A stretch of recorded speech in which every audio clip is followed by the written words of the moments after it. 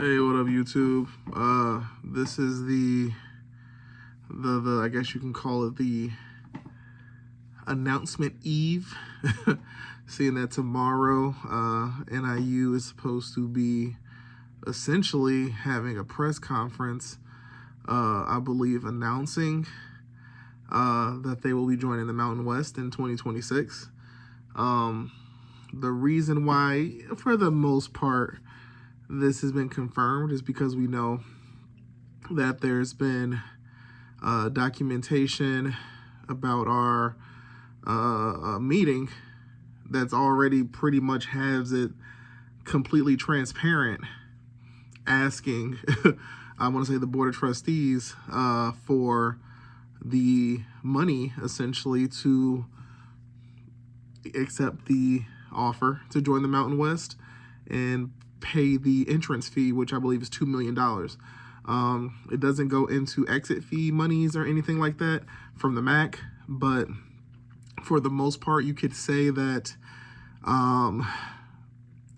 there's some speculation, some estimation, some guesstimating going on that those exit fees probably should be no more than $2.5 million, something like that. We know that Temple, I want to say back in the 2010s, Temple paid about $6 million when they left. And a lot of that was primarily based on the fact that they literally just up and left. So, you know, they got hit with more of a bit of a hefty exit fee. In this case, let's say NIU literally announces, like once an NIU announces, I would assume a lot of this will turn into essentially a domino effect. Essentially, you know, if we accept that offer and that is then communicated and sent into the Mountain West, I think you also have simultaneously what's going on.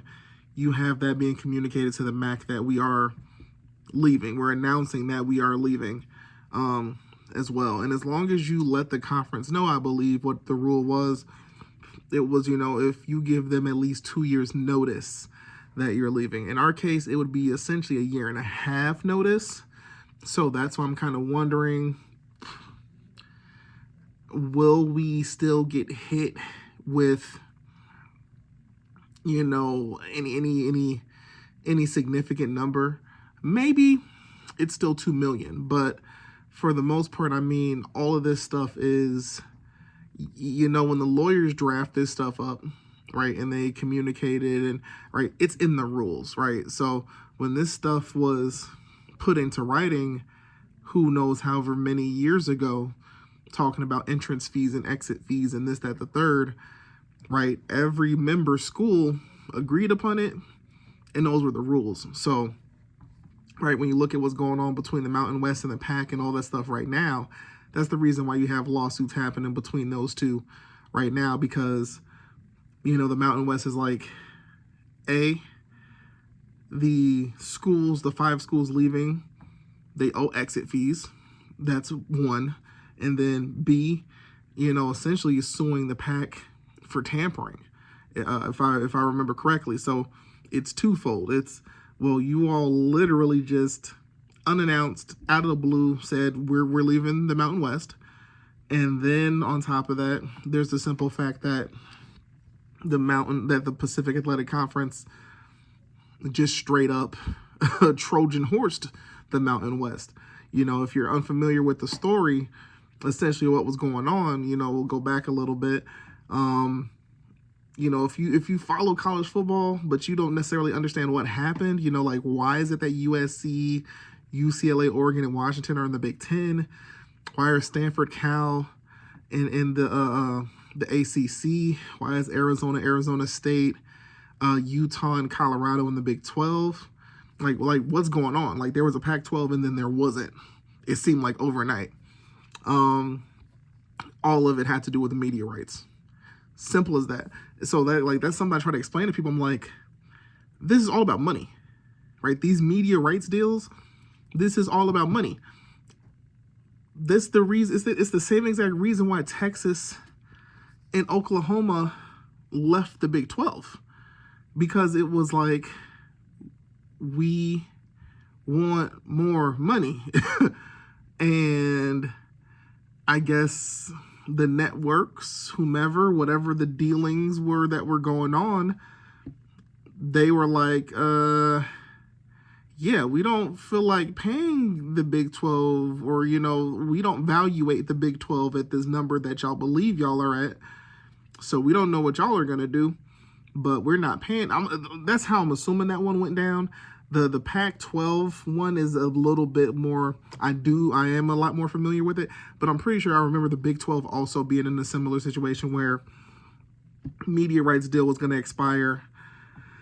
So, of course, it's time to negotiate, time to, like, they're putting in their number for what they believe they should, they're trying to work out their deal. And I think it was the same type of situation where it was the number they were looking for was less than the number being offered. Texas and Oklahoma, yeah, they were like, yeah, nah, we're good, we're gone. And they just bounced to the SEC. Now, the reason why that works is because the SEC is getting all the money on planet Earth, right? SEC and the Big Ten, right?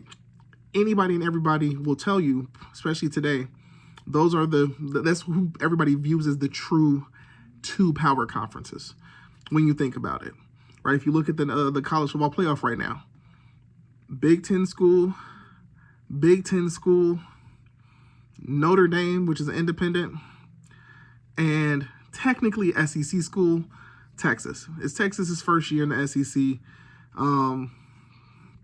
For the most part, I would say I would view this Texas team still as remnants of the Big 12, but these years going forward, SEC, so yeah, that's what you're looking at right now. That's what you're looking at. Like, anybody who knows the Big 12, it was synonymous with Texas. Like, when you said Big 12, in reality, your first thought was University of Texas, UT Austin. Right, Oklahoma would be second, and then kind of the rest of the schools there. Not saying that these aren't top tier schools, they are, but the strength of the conference lied in those two schools, and that's just the straight up truth and the facts. It was really Texas and Oklahoma. That's why year in, year out, most of the time, right, the favorites to win the conference in the Big 12 were either Texas or Oklahoma. We know we had some years where, Kansas State ended up putting in some work, and right, Kansas State was a threat, right? You had some seasons where TCU, they were literally, running the conference, right? But other than that, it was typically Texas, Oklahoma. Like I said, they left, went to the SEC, and now they're getting paid.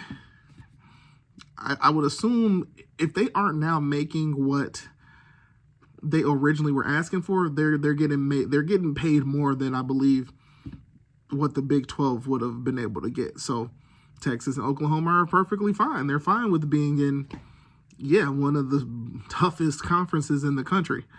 So how does that then relate? The funny part is that actually then leads to the Pac-12 and what happened with them. Like I said, the Big 12 also looking for a media rights deal. I think their media rights deal may have expired at the same time as the Pac-12.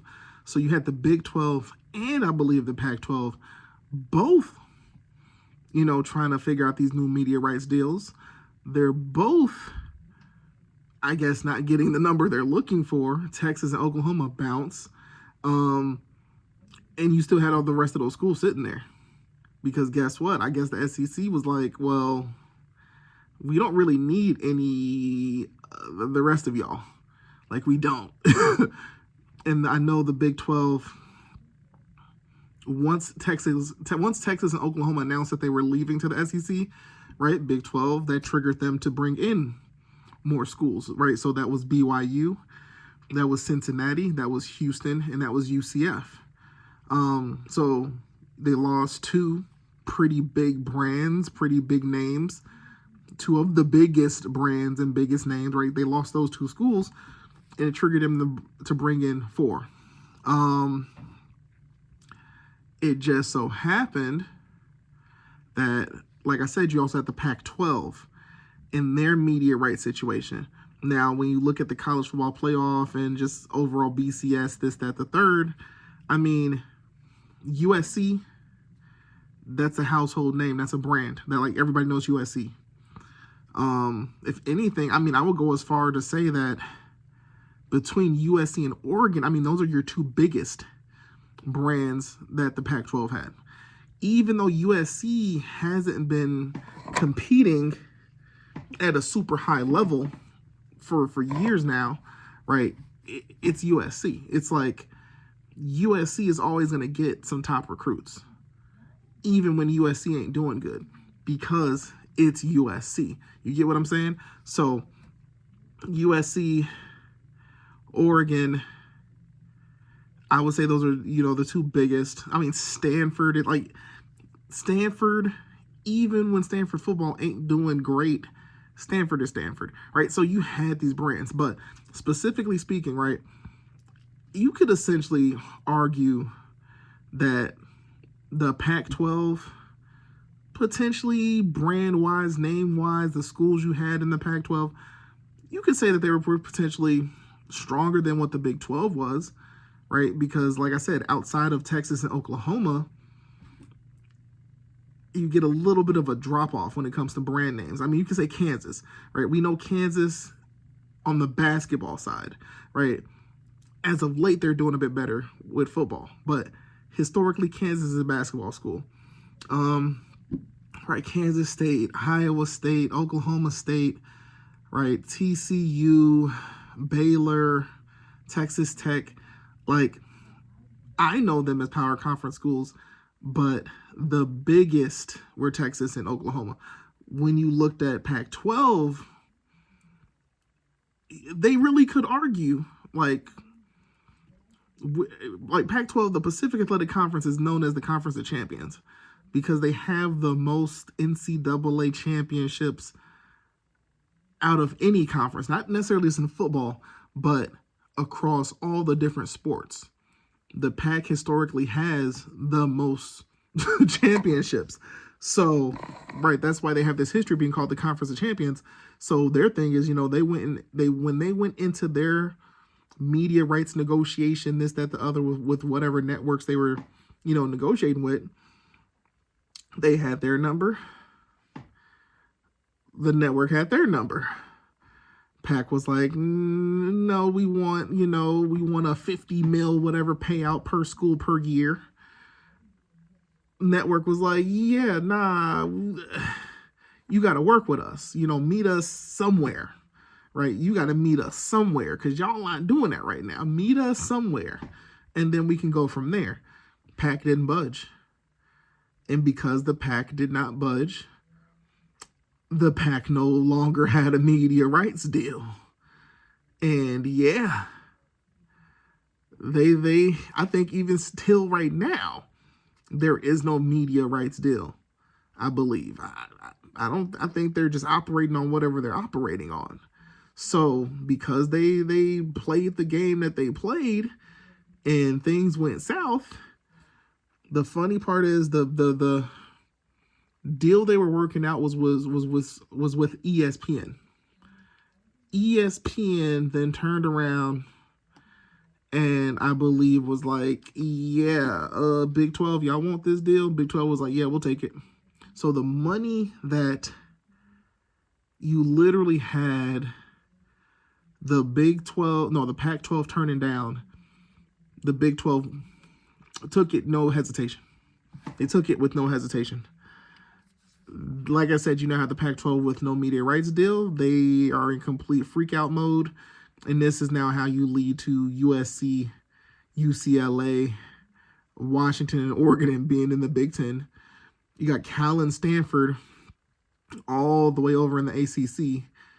And you have the rest. Well, let me not say the rest, but then you got Arizona, Arizona State, Utah, and Colorado in the Big 12. And then you just had Oregon State and Washington State left.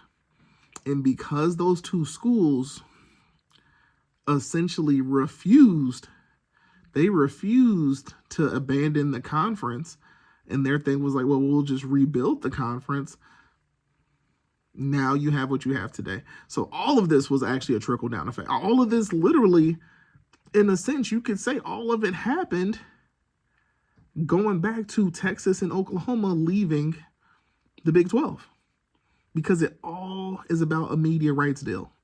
It's all about a media rights deal.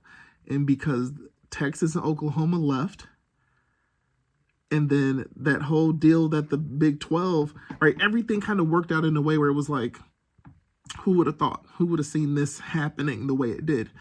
But it did. So, like I said, everything's about a media rights deal. Is about, trying to build this conference, this, that, the other, realignment, expansion. Is the future just going to be one mega ultra conference between the Big Ten and the SEC, and then everything below that will be, right? We don't know what college football could end up looking like. But what we do know right now, everybody's playing the media rights deal game. That's what it is. You're trying to play the media rights deal game. Like I said before, I went into the whole spiel, the history of what went down. Because the Pac now only had two schools, right? Yeah, that's where I was at. Because the Pac is now down just to Oregon State and Washington State, the Mountain West, right? And their commissioner, Gloria Nevarez, and the Mountain West schools, they're like, I think the original offer was for Oregon State and Washington State to join the Mountain West. I think even to a degree, there may have been potentially some merger talks, or at least that's what everybody said should happen. Just merge the conferences. There's talks of that. But like I said, the Mountain West and the commissioner, Gloria Nevarez, they were like, okay, Oregon State and Washington State, right? We're also a Pacific/Mountain time zone conference, right? We want to accommodate you all. We don't want you, we get it. Y'all were left in a messed up situation, and we get it. You're not trying to abandon your conference, but now you all don't have a conference schedule. This is what we can try to do to help y'all. Literally, if you have not noticed, if you didn't notice, the two Pac teams have literally played a Mountain West schedule. This is the reason why when you look at some of the Mountain West teams, like if you go on ESPN and check like standings, it does not have them playing a 8-game conference schedule. It has them playing a 7-game conference schedule. So for instance, when Boise State and UNLV went and played in the conference championship, I want to say Boise State was 7-0, not 8-0 in conference play. They were 7-0. I want to say they were 7-0 in conference play, 11-1 overall. UNLV, I can't remember what their final record was. I believe they lost at least one conference game, but I want to say they were like 6-1. Why is that? Because the Pac schools, the Pac teams have been added into that conference, the Mountain West Conference scheduling. So these schools literally played damn near a full Mountain West Conference schedule this past season. So for the Mountain West to go out and literally help those two schools out, just for those two schools after, right, for Pete, this wasn't still summertime, right? No, this was like the season has started. If I remember correctly, the season has started. I think we might have been a couple of weeks, like maybe 1-2 weeks into the season. And then you just get this news, Boise State, San Diego State, Fresno State, and I want to say Colorado State was the fourth one, are all now joining the PAC conference, or the Pacific Athletic Conference. And you're like, what? Like, it was like literally out of the blue.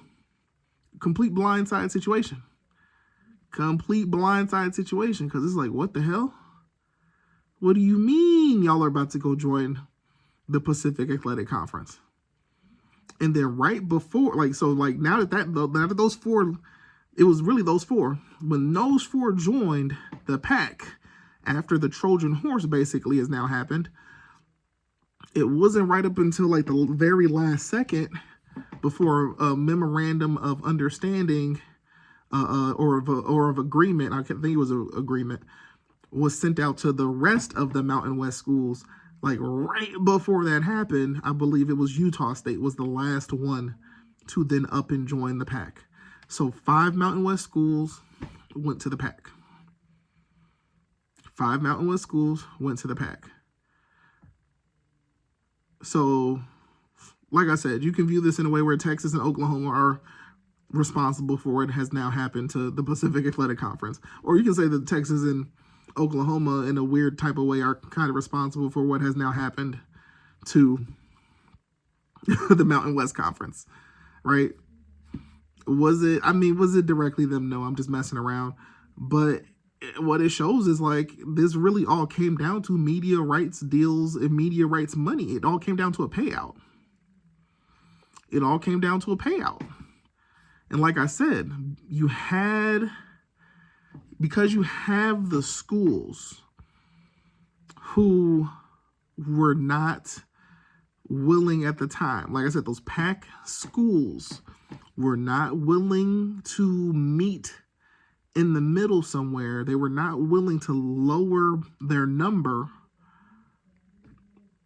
It led to them ending up with no deal at all. And because of that, I'm not sure what the exact timing is. I'm not sure if like, okay, the PAC deal had expired and then the Big 12 deal expired, or they both expired around the exact same time. I don't know. I mean, I'm sure I can go back and try to look this stuff up. But like I said, you had these deals go down and due to one conference not willing to budge. Literally, like when I say literally, the offer that was being given to the PAC was then given to Big 12, and the Big 12 did not bite the hand that was trying to feed them, took the deal, and the PAC, that was it, right? These media conglomerates, these networks, right? I don't think that there was anybody else. There was nobody else. I think what happened after the fact, potentially or essentially, was I know that the CW Sports, so the CW, I'm not sure how long they had been around or had been a thing, but I know that the CW is a media partner with the Pacific Athletic Conference. So there is some money, right? There's some monies coming through, right? It's not completely no anything at all, because if that was the case, right, we wouldn't see any of the PAC home games on TV, right? The PAC home games were on TV this season, right? So there was some agreement, something worked out, right? But what they're trying to do right now, they're trying to figure out their media rights evaluation and what media rights deal they could potentially land, and who's going to want to pay what for it. The Mountain West are in a similar situation. There you have their current deal that they're still under, but they're not going to, well, that's not going to expire until 2026.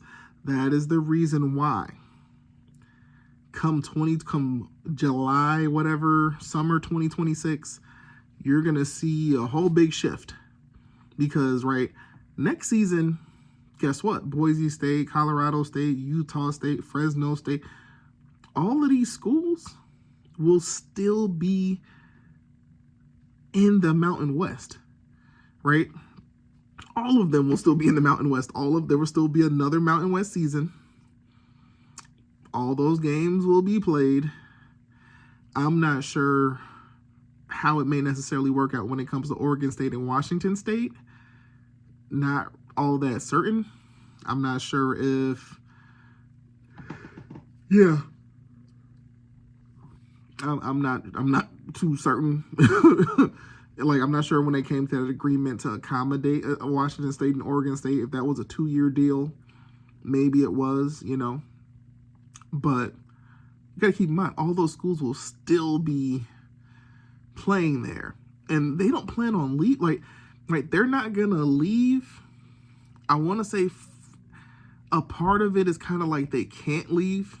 I don't think they can, because for them to leave, I think what it actually turns into, you could almost say forfeiture of money. So I think the only way, because I think this is actually what happened with Texas and Oklahoma, because they left, they ended up leaving early to go to the SEC. They left a little earlier than expected, I believe, to go to the SEC.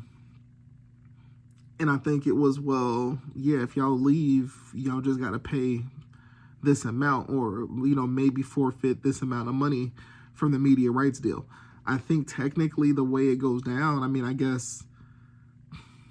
I guess in order to make that happen, it would kind of be more of like, well, if you all want to go join the pack right now and start playing under that conference, that name, those things, right? If you all want to make that official move, right? It's a situation of you now owe the Mountain West Conference XYZ money.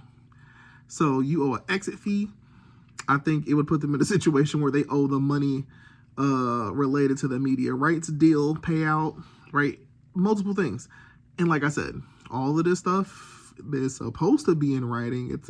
I'm pretty sure it is, but that would be the only way. So because of that, you still have those teams that will still be in the Mountain West.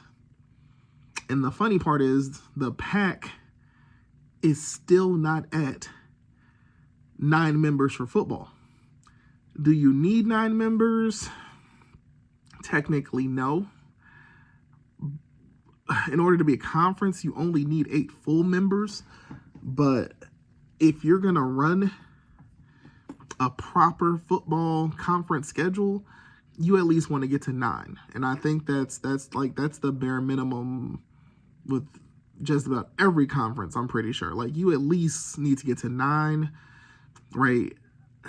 I don't know any conference that's really playing at the FBS level that is playing less than 9 teams in their conference, right? So a 8-game conference schedule.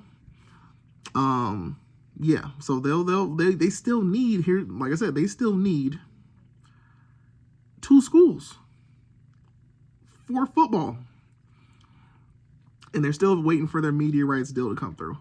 So yeah, it's gonna be interesting. This works out one of 2 ways for the Pacific Athletic Conference, because like I said, for the 1,000th time, right, they were going after UConn, they were going after Memphis, they were going after Tulane, they were going after the American, the AAC schools. So not ACC, but they were going to the American Athletic Conference schools. That's who they were going after. That's who they planned on filling with, right? They view those schools of higher value, right?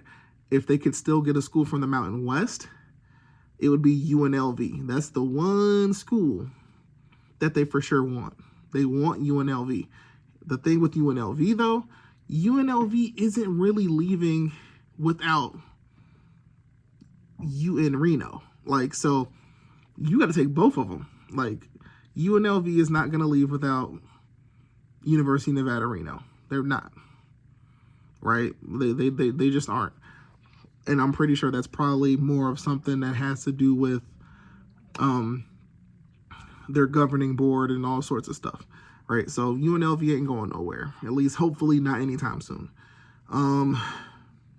If the PAC can't get, like, let's say that media rights deal comes back and it's not as high as they think it's going to be, if they can't get who they're trying to get, I think the situation puts them at getting schools like Texas State, which it seems like there's mutual interest, and Texas State doesn't mind being option number 500. Like, they don't, Texas State has to realize this. Nothing against their fan base, but I'm like, you all turned down being a main primary target for the Mountain West. They balked at it. They're like, oh, nah, we don't want to join the Mountain West. Even though the Mountain West is a better, more natural fit for Texas State. Like, Texas State, y'all are about to join the PAC. The Pacific Athletic Conference, that is no longer going to be a power conference. They probably will never be considered a power conference ever again. So it's not like you're getting invited to a power conference, right? For them, I'm pretty sure it's a money thing too, right? I get it, right? More than likely, the PAC is going to get a slightly more decent media rights deal than what the Mountain West Conference is going to get. But the thing is how much exactly, and this is what everybody's waiting for. How much exactly is the PAC media rights deal going to be? Is Oregon State and Washington State and the 5 schools you took from the Mountain West, are they worth $10 million per school per year? Are they worth $15 million per school per year? We know Gonzaga was added, and we know Gonzaga doesn't have football, but Gonzaga is a top-tier basketball team, where they do have a top-tier basketball program. So is having Washington, Oregon State, Gonzaga, and those 5 Mountain West schools, does it really push them that much higher up that, you know what, yeah, the PAC has a $15 million media rights deal on the table? Which, if they pull that off, I want to say that means that they have double. Essentially, I want to say they're just about doubling the American Athletic Conference's deal, which is kind of crazy to me, because I wouldn't necessarily take the put it like this: the only school that is joining that Pacific Athletic Conference that you could be like, they're worth the money, they're worth the money. The only one of those schools is Boise State. Tulane and Memphis, I got Tulane and Memphis. They can beat Utah State. They can beat Colorado State. They would have beat San Diego State. They would have beat Fresno State. They'll beat Washington State. They'll beat Oregon State. So you're not really looking at a conference full of teams that are just so damn amazing at football. Memphis would have beaten potentially 6 out of the 7 teams you have. Tulane, for the most part, in all honesty, would have probably beaten 6 out of the 7 teams you have. And let's be honest, if Memphis plays Boise State, I'm not saying that it's not impossible, is what I'm saying. Memphis could very much beat Boise State. Tulane very much could beat Boise State.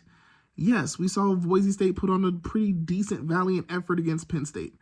But at the end of the day, that game resulted in what majority of what everybody knew it would result in.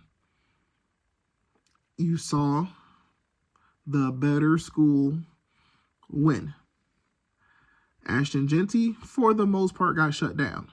How does Ashton Genty still hit 100-something rushing yards because they gave him the ball that many times. You did not see him breaking any 20, 30, 40, 50-yard runs. At the most, you saw him a few times in the game, break a 10-yard run. You get what I'm saying?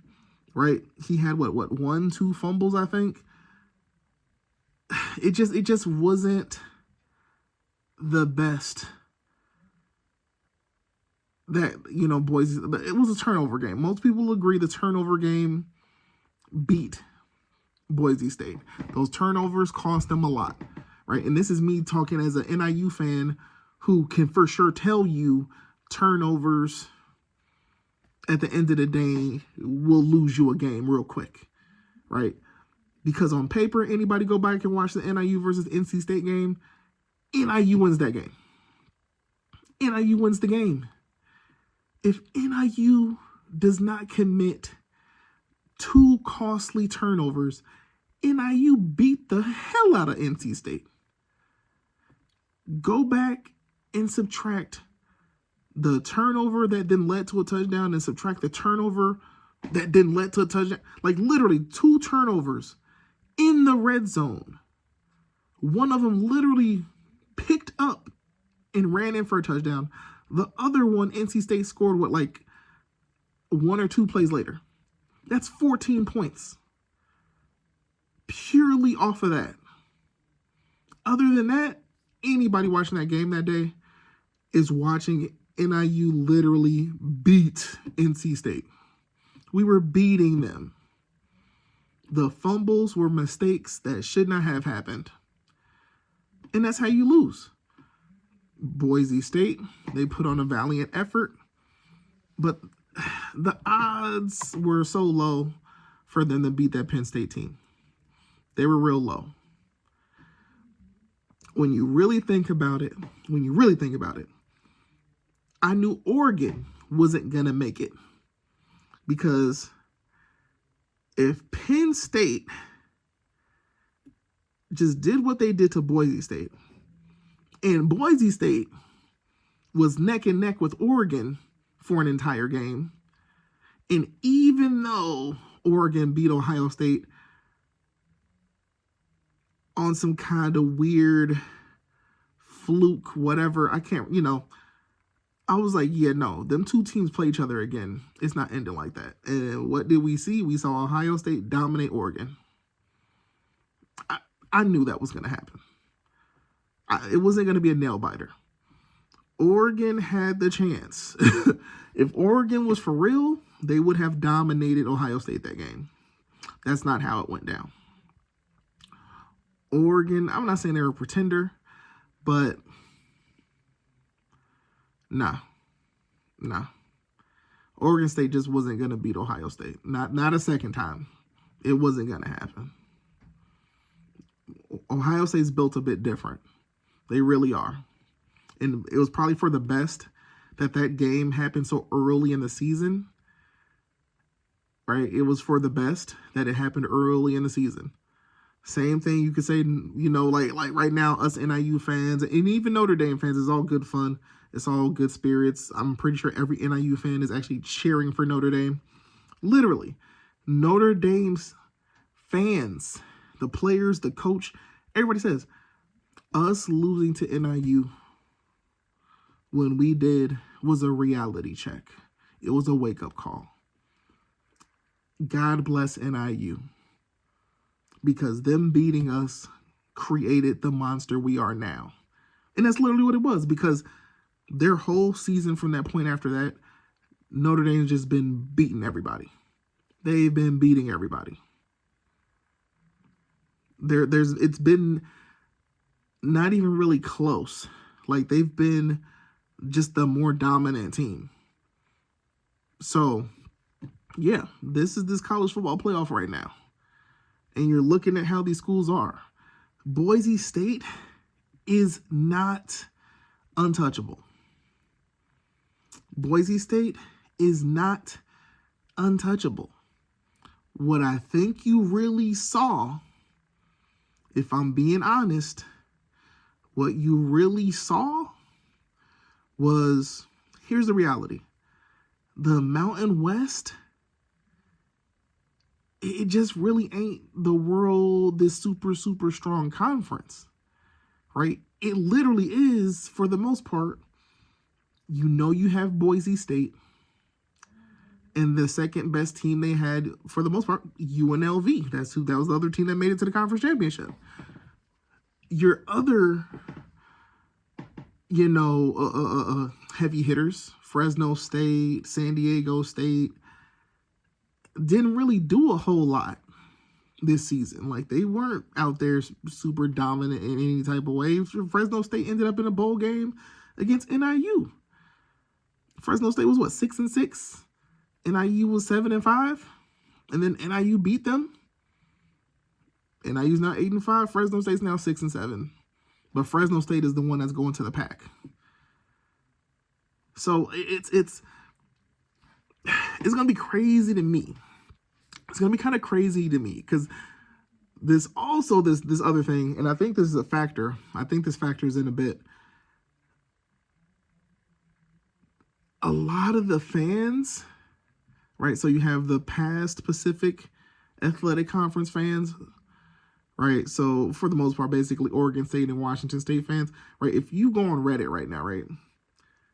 The PAC, Pacific Athletic Conference subreddit, is basically full of all of these Mountain West Conference fans who are now converted to PAC fans, right? Even though your team is still in the Mountain West.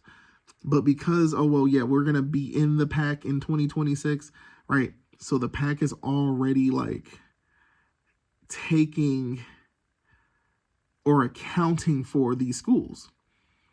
Well, here's what sucks with that. You're accounting for schools that didn't do all too well in their bowl games.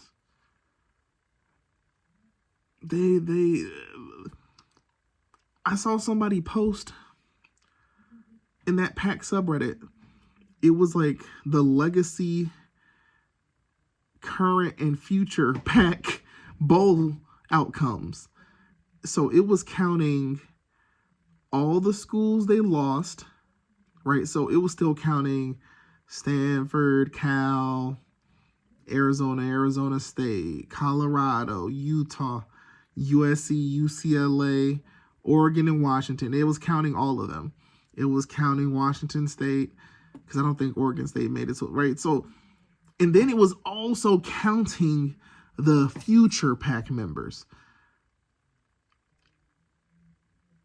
All of them combined, I think what I saw was there was only one bowl win. Boise State lost their game. I'm not sure what UNLV did, but I know Fresno State lost their game. So the Mountain West Conference, or at least the teams that are leaving the Mountain West Conference, ain't doing so hot in the bowl games right now. I'm actually trying to think of who was the school that won their bowl game. Like, I don't know. Because like I said, they were taking credit for past members, future members, current members, everybody. And out of everybody, only one win, which is not good. So, like I said, if you think you're about to get this $15 million media rights deal, I don't know, man.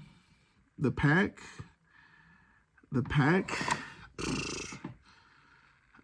might be in for a rude awakening. I think they're going to be in for a rude awakening.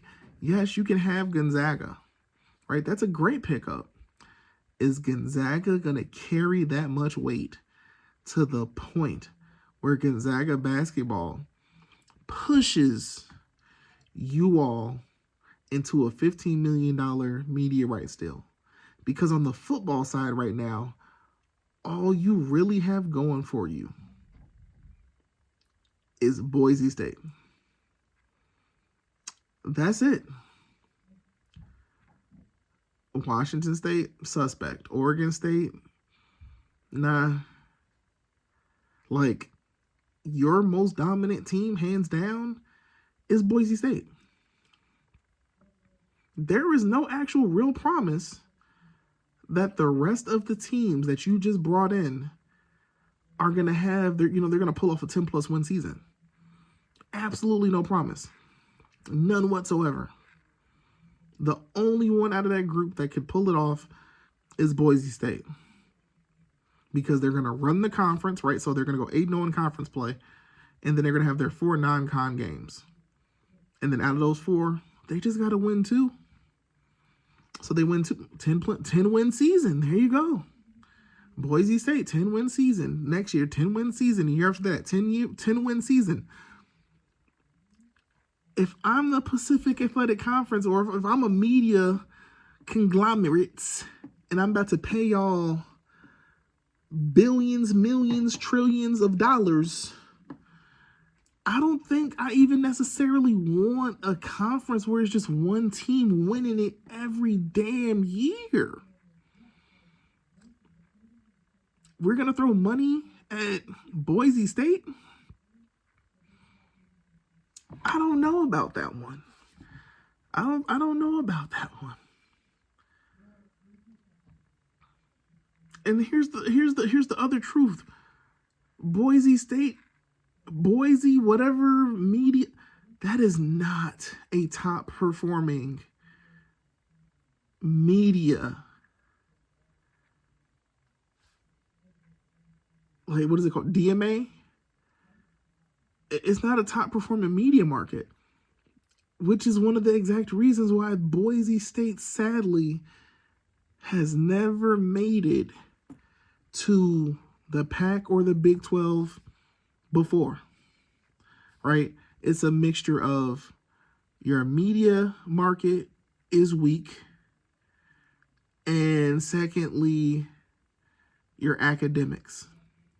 The one thing NIU at least got going for them, the one thing we have going for us, you can't say our media market's weak. You might get us when it comes to academics and enrollment and yada, yada, yada, but you can't say our media market's weak. No, sir. Can't say it. I've always said, and right, this is a pipe dream. It's just me saying some stuff. But if you throw NIU into the Big 12, attendance will be there. Attendance will be there. You will see attendance skyrocket. You'll see, here's the funny part. You'll see attendance shoot up. You'll see enrollment shoot up because you have to understand the psychology of conferences, right? Conferences are just for sports, but they also carry this academic weight with them, right? It carries this academic prestige for some reason, right? I go to a Big Ten school. When people say I go to a Big Ten school, it's not necessarily just like, oh, well, yeah, I go to a school that has some of the best athletics. No. Like when you say you go to a Big Ten school, we know you're going to a very good academic institution, right? I go to an Ivy League school. You're an Ivy, here's reality. It really doesn't even matter which one you go to. We know the top ones are between Harvard and Yale, right? And then Princeton, right? It don't matter if you go to Dartmouth, Penn, right? It don't matter at all. You're at an Ivy League school. So when that's the case, you're good, right? These conferences hold weight. There's these conferences, the names hold weight. They really do. I understand why Oregon State and Washington State were not willing to abandon the brand that is the Pacific Athletic Conference. Too much history. It's been around too long. It has been around too long. And it is pretty sad when you think about it, that literally everybody else was willing to leave. The fact that Stanford, everybody was willing to bounce. That is pretty damn sad when you think about it. Like I said, the Pac has been around for a hot minute, right? We had the Pac-8, the Pac-10, Pac-12, right? But the Pac has been around for a while. And like I said, they had hit the point where they were considered the conference of champions, because across all these different collegiate sports, they have the most championships. I would assume that that's still truth for the most part, unless they got surpassed by somebody. But I believe they do still have the most overall championships at the, Division I collegiate level. So, yeah, like, I get it. I get it. Like I was saying, if you take an NIU and drop them into the Big 12, it ain't just the money. It's not just the money. Yes, NIU would now be bringing in more money than they ever had before. But it's also the brand.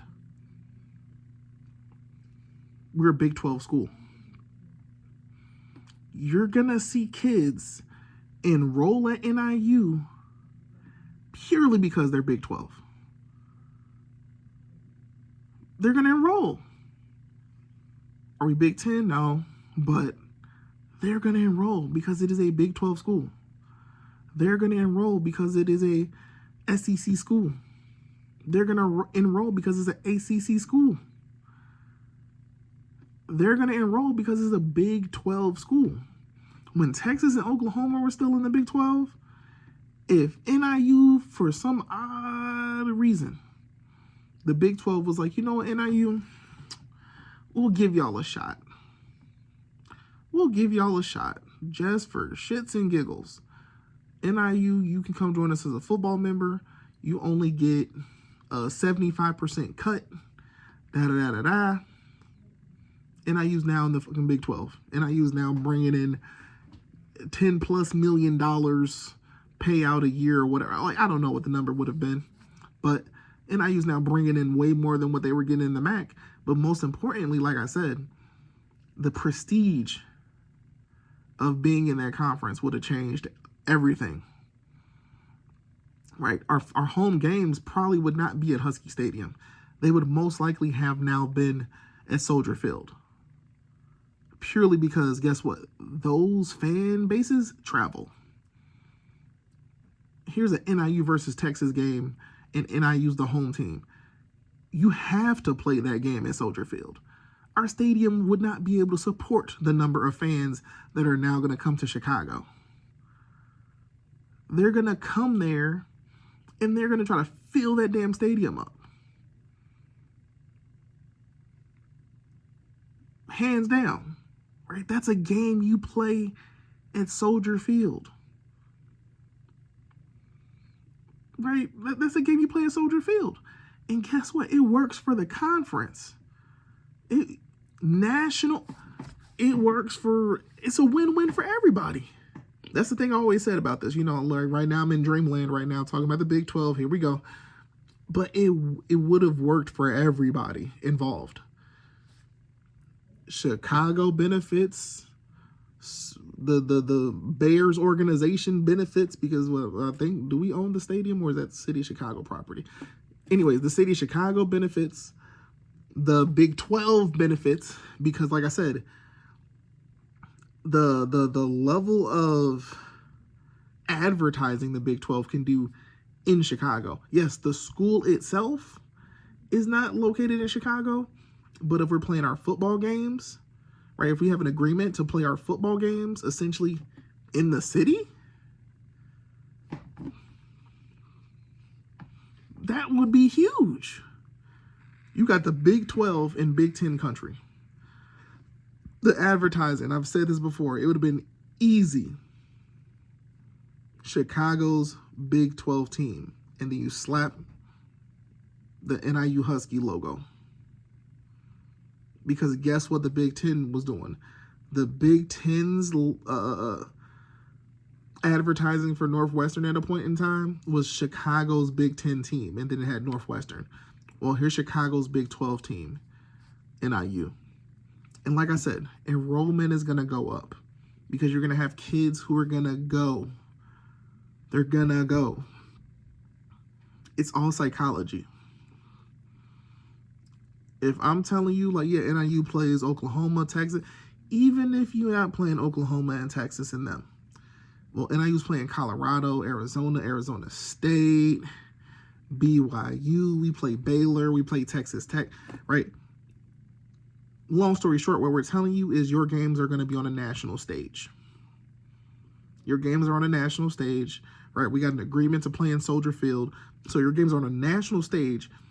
You're playing in an NFL stadium at least for 4 games, right? We might not necessarily do our non-conference games.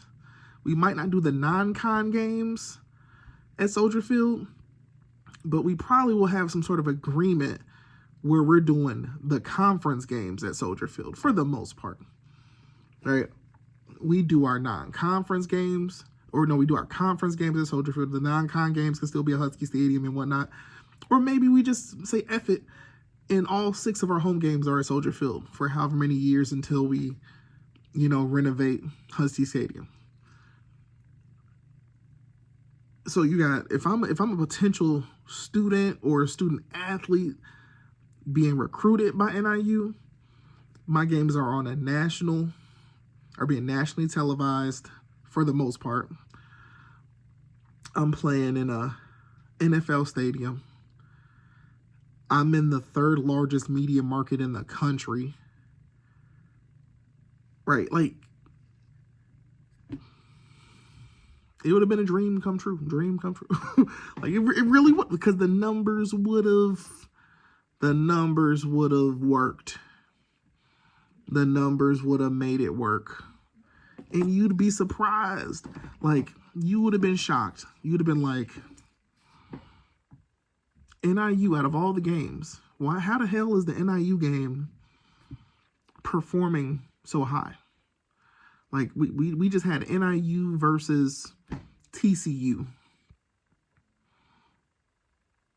And that game had 1 million viewers. How? And you would have been like, oh, well, it's Chicago versus Dallas. It's literally Chicago versus Dallas, Fort Worth, basically. Oh, so, yeah, it makes sense that the numbers were numbering. You have 2 major media markets competing against each other. No brainer, duh.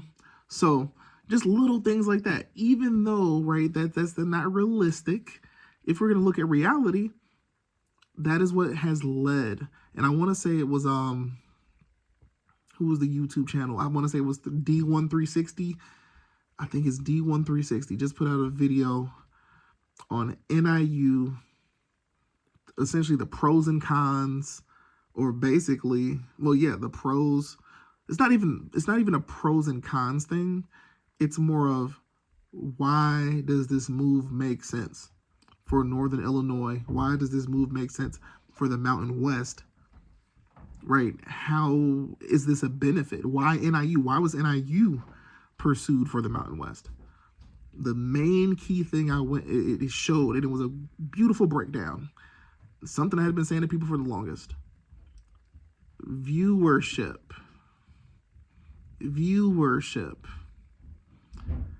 He had the breakdown in the video, and it was literally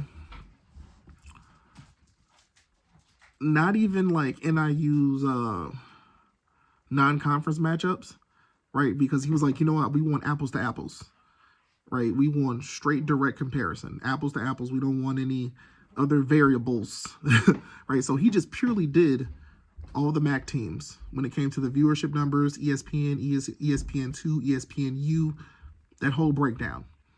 It even showed a chart where it was like, or here's NIU viewership,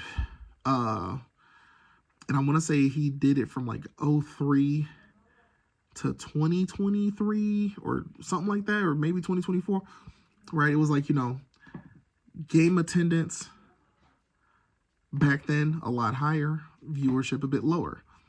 And then Maction became a thing. And then we see what that did, right?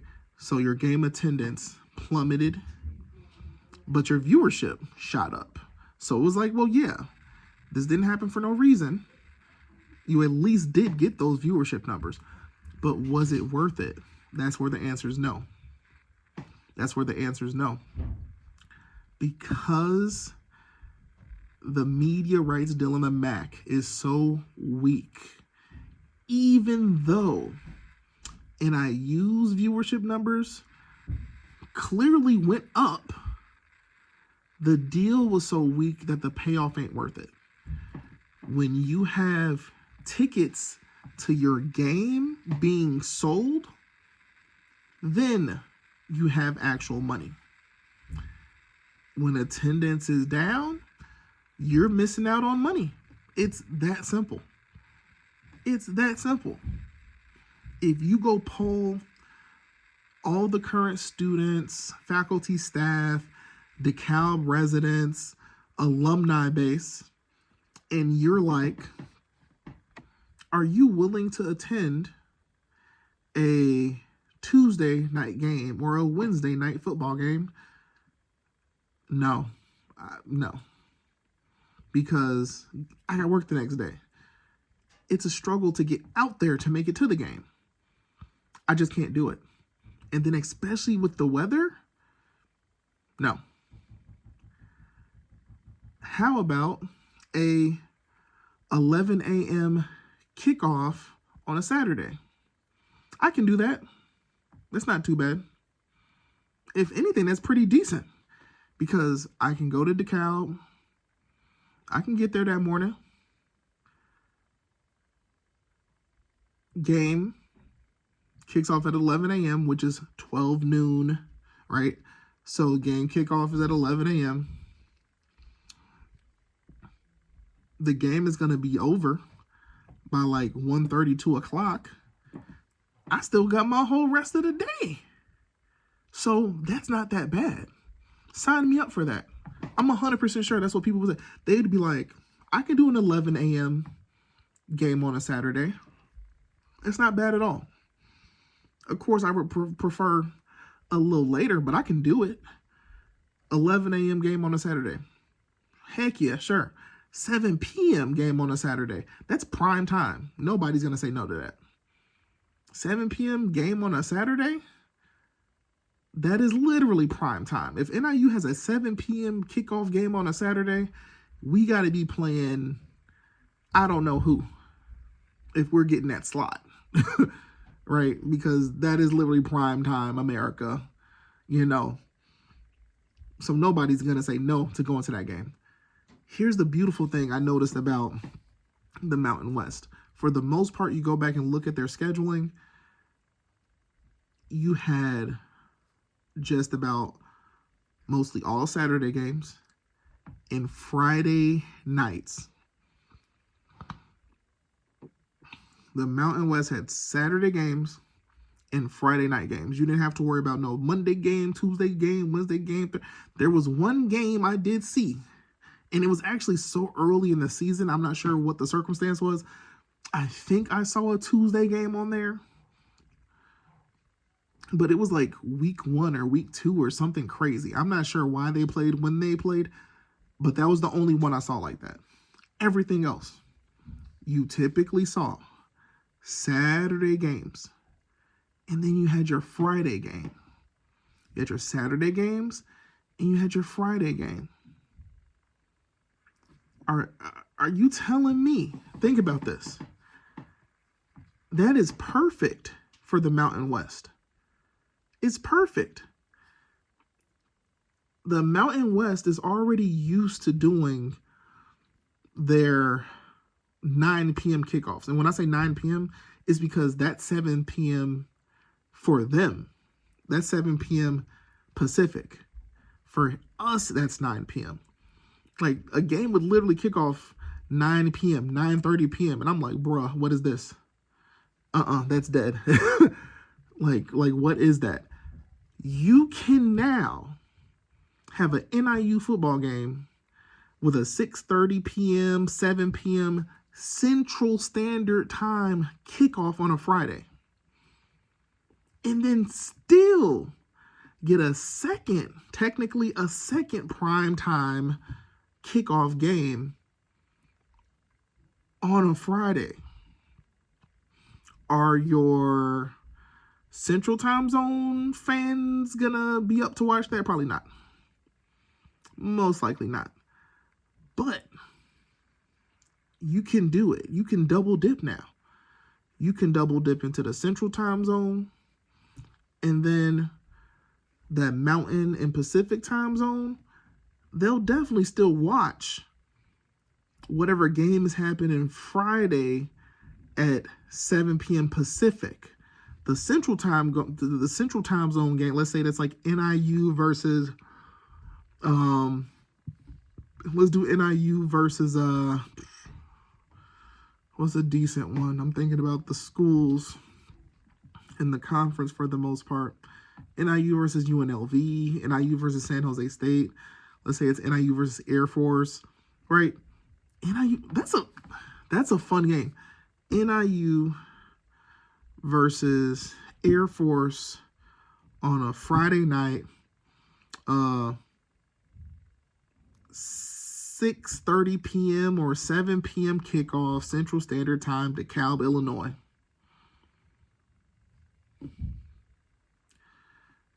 You don't got no NFL game that's on.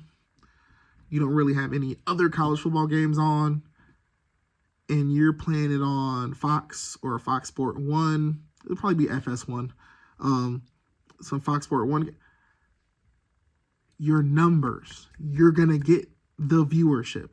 And that's exactly what the Mountain West wants. It's also what NIU wants.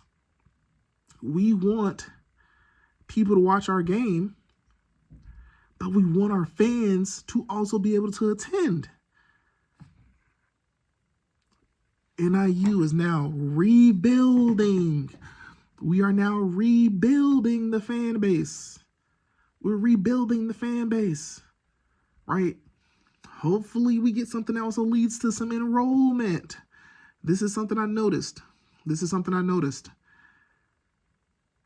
And it's a beautiful thing. And people got to realize this.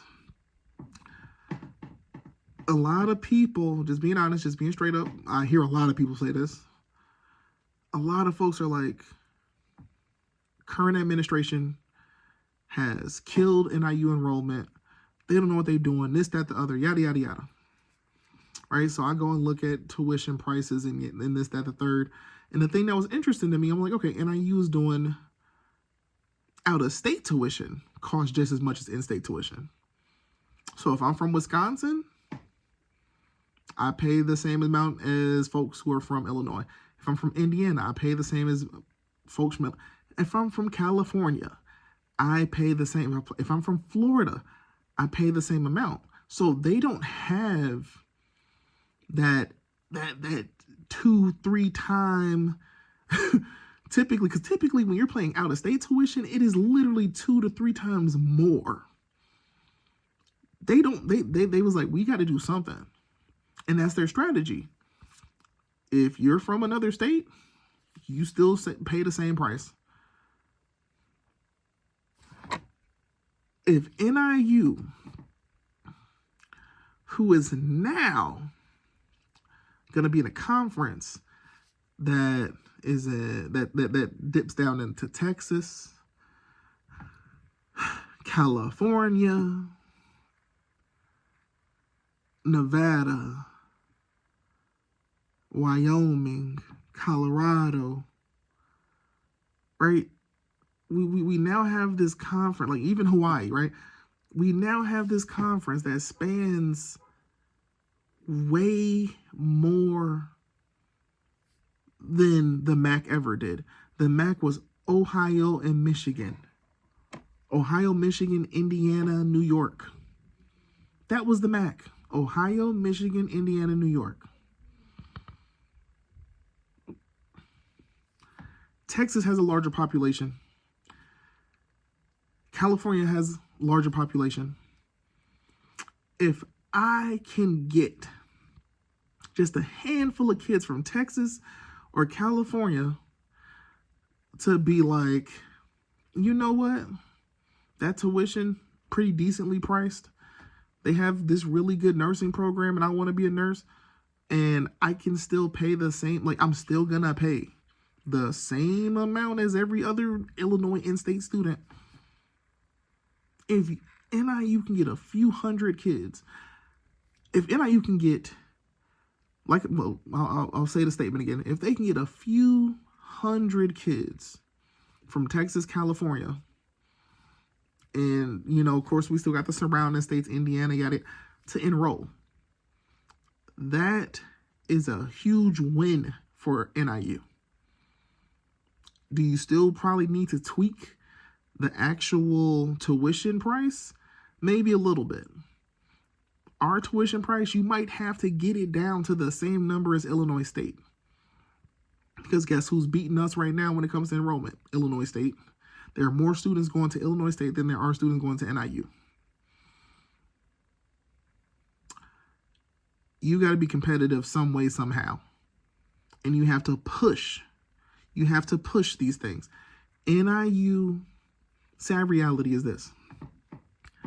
In Illinois, people know. Yes, they know who NIU is in the state of Illinois. Because, yeah, if you're from Illinois and you have not learned about the colleges in your state, that's not a good sign. It's even a worse sign if you're in Illinois and you straight up just don't know about NIU, right? You know who U of I is, you know UIC, you know Northwestern, you know University of Chicago. But if it's like, oh, I never even knew NIU existed, that's bad. I'm a high school teacher. I went into the main office of my school today and I went around the counseling suite. I saw not a single NIU pamphlet anywhere. So when the kids in my school, and I go to a pretty, I work at a pretty good school. I do, like, no BS. Like, I work at a pretty good school. Those kids aren't gonna, they're not applying to Northern Illinois University because that's not who they're being exposed to. They don't know anything about the school. The kids are applying to Purdue. They're applying to Texas A&M. They're applying to U of I. They're applying to a whole bunch of schools. It just ain't NIU. Right? That's the sad reality. So NIU, when it comes to branding, brand awareness, all of those things, we could definitely step it up. We could step it up. We have to. More kids, way more kids, know about Illinois State than they do about NIU. This needs to be said. It needs to be known. More kids know about Illinois State and are hearing about Illinois State, and they're seeing Illinois State pamphlets and logos and this, that, the other. They're going to Illinois State. And DeKalb is like, who is NIU? If you got to match the tuition number. Do what you got to do. Be competitive. Advertise. I need to see some NIU something in the Chicagoland area. I need to see some NIU something in Naperville. I need to see NIU something where people live, in Joliet. Get the advertisements out there. And you're going to have some kids who are going to, okay, I'll check that out. Okay, oh, NIU's top ranking in this department. They're top ranking in this major. They're top ranking in, okay. Only thing I knew about NIU was football. The only kids I know who know about NIU are the football players. Oh, yeah, NIU beat Notre Dame. Yeah, they know. Everybody else, What about the non-athlete? What about the kid who... You get what I'm saying? So we have to get the enrollment up. We got to get the enrollment impacts game attendance. Game attendance impacts money.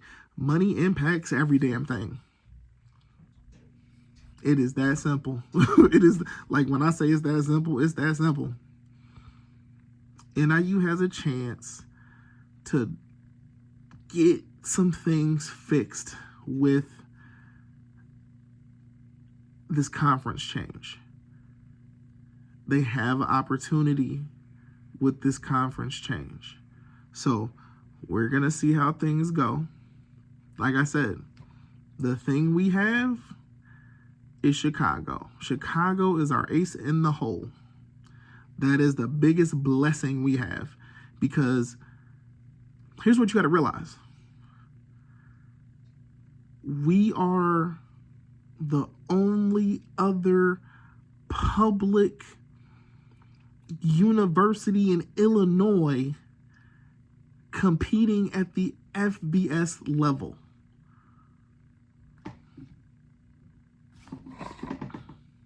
I'll say that again. We're the only other public university in Illinois competing at the FBS level. Northwestern, off the top of my head, does Northwestern clearly get a nice chunk of their enrollment from the state of Illinois? Yeah, sure. Northwestern gets kids from all over the country. Let's be honest. Let's be for real. Only maybe your top percentile is going to Northwestern. And Northwestern has to compete with University of Chicago for enrollment. They ain't worried about us. I don't even think they're worried about U of I. Northwestern is competing with University of Chicago for kids. Right? That's the pool they're dipping into.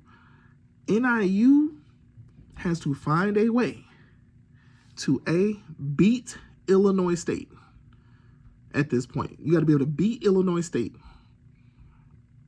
Are we ever going to get to U of I level?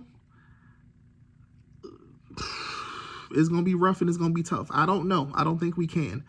But we at least need to make sure that, okay, we are for sure the second largest public university in the state.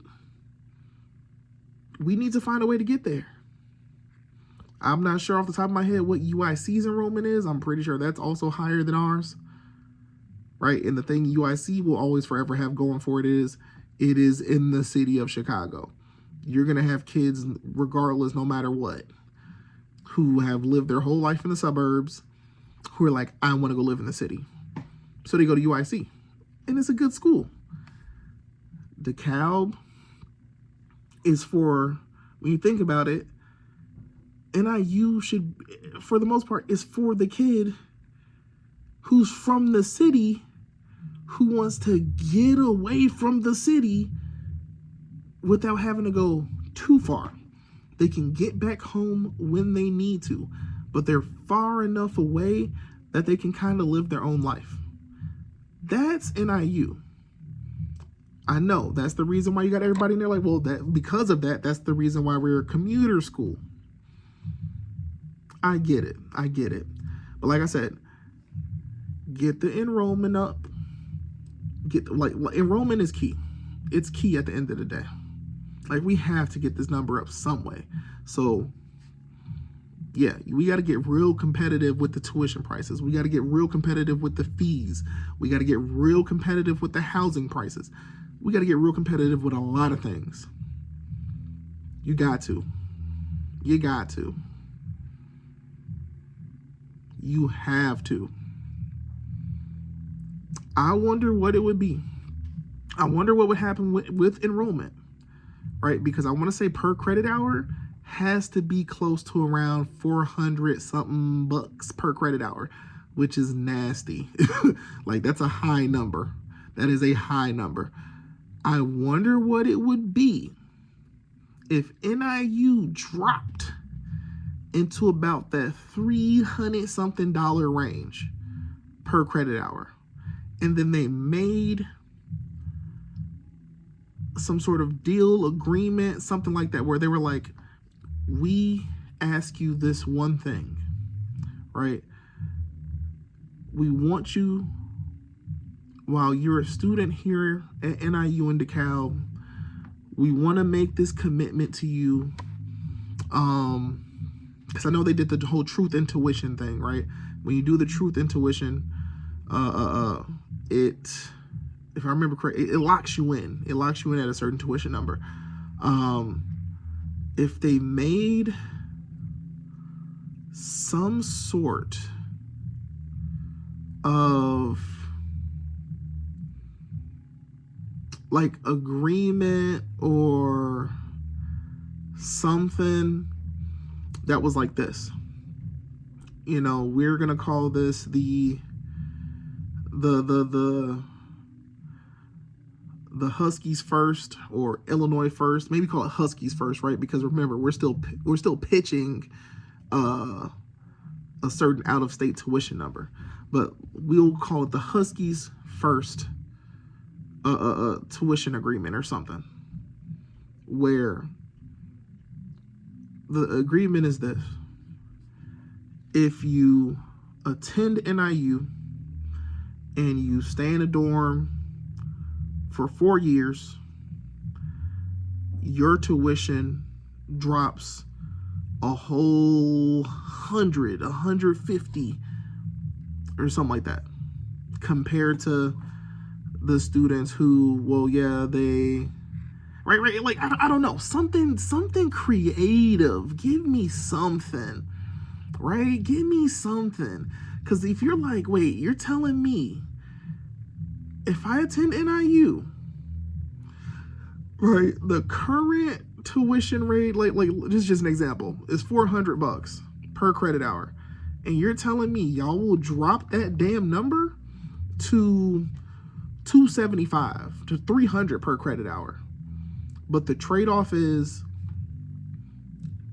of course, I attend NIU for 4 consecutive years, and I live in the dorms for 4 consecutive years. And there's another thing with the dorms, right? You also got to make those dorms affordable. You know, you get what I'm saying? Like, you got to make the dorms, you got to make the numbers work for people, right? We're never going to be able to have that Florida level of tuition, because like I said, when I saw those numbers, it was insane to me. I was like, wait, hold on. People in Florida are paying $100-something per credit hour, fees included.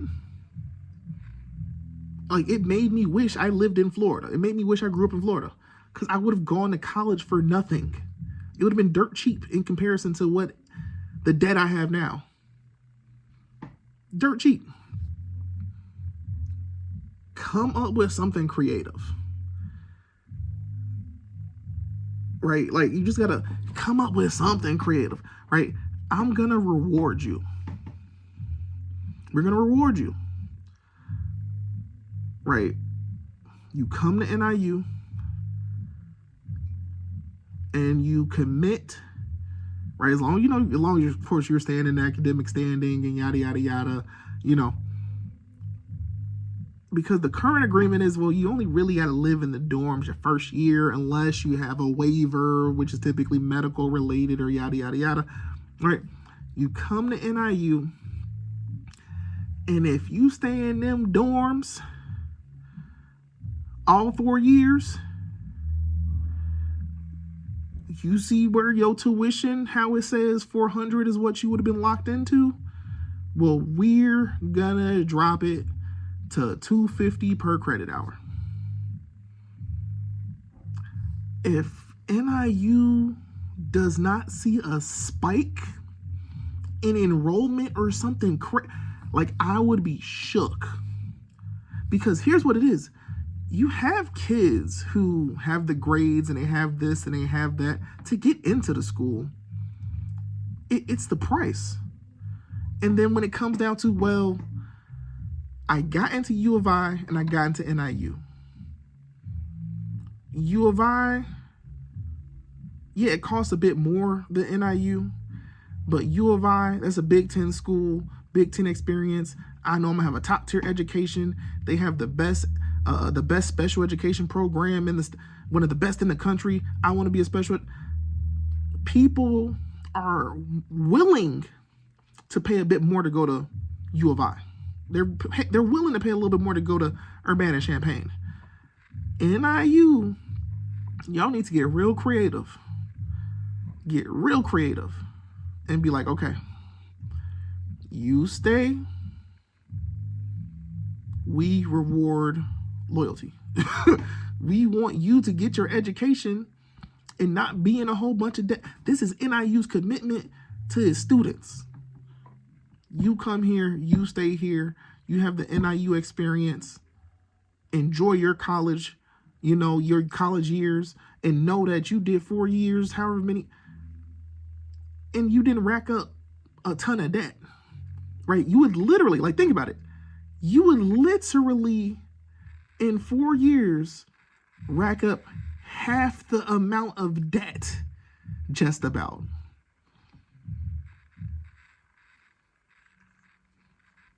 Are we completely not willing to try this out, Northern? Because we can get that enrollment up. Now, what would that mean? That would mean for every 2 students, that's really 1 student, but it's a numbers game at this point. It's a numbers game. For every 2 students is 1 student. We just got to get these kids in here. For every 2 students is 1 student.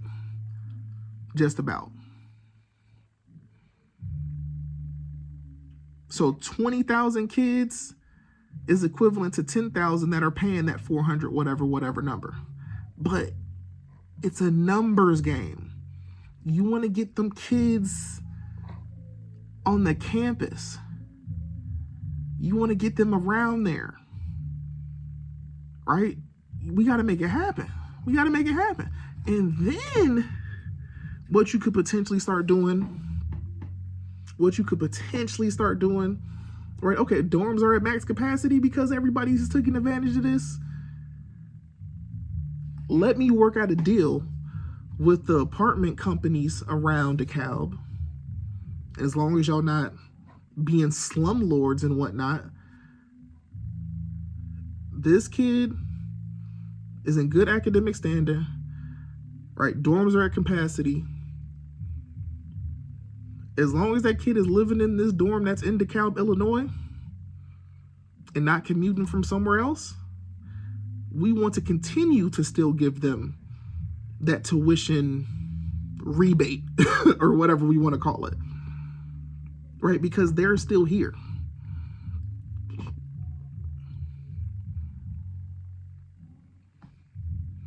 Sounds good to me. Like I said, it's a numbers game. It's a numbers game. Is it a risk? Yes, but it's a numbers game. That's a numbers game. You're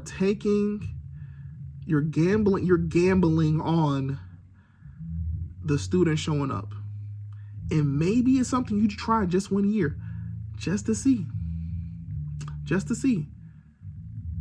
You take your test group of students, and it's like, I don't think it would kill the university, but you take the test group of students and y'all push the hell out of that, and you're like, let's see how this goes.